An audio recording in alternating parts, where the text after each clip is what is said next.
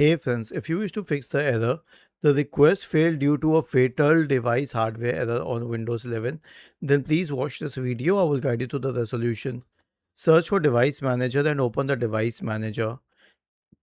If you notice an exclamation mark next to any driver, right click on it and update it. Even otherwise, right click on the Start button, select Settings from the menu, go to the Windows Update tab, click on Advanced Optional Updates and install all the optional updates.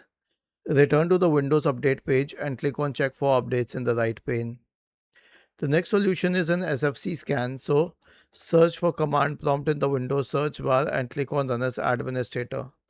Type the command SFC space / scan now and hit enter to invoke the SFC scan. The last solution is a checkdisk scan, so search for command prompt in the Windows search bar, click on Run as Administrator, type the command chkdsk space / r space / f and hit enter. Press Y and hit enter once again. Was this helpful? If yes, then please subscribe to the channel. If not, then let us know in the comment section of the video on how we could help you further. Thank you for watching this video and have a nice day.